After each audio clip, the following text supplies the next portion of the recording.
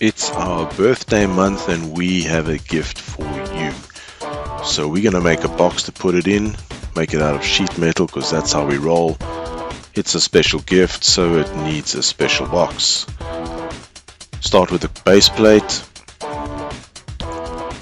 and then we're gonna add some flange walls all the way around on all the edges.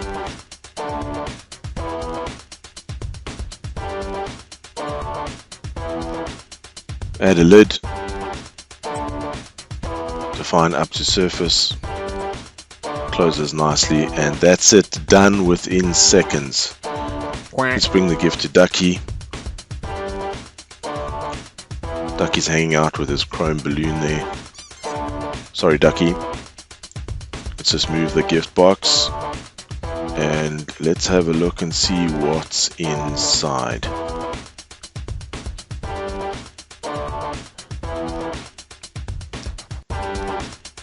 Ducky's so excited he phased out of existence. Let's bring him back.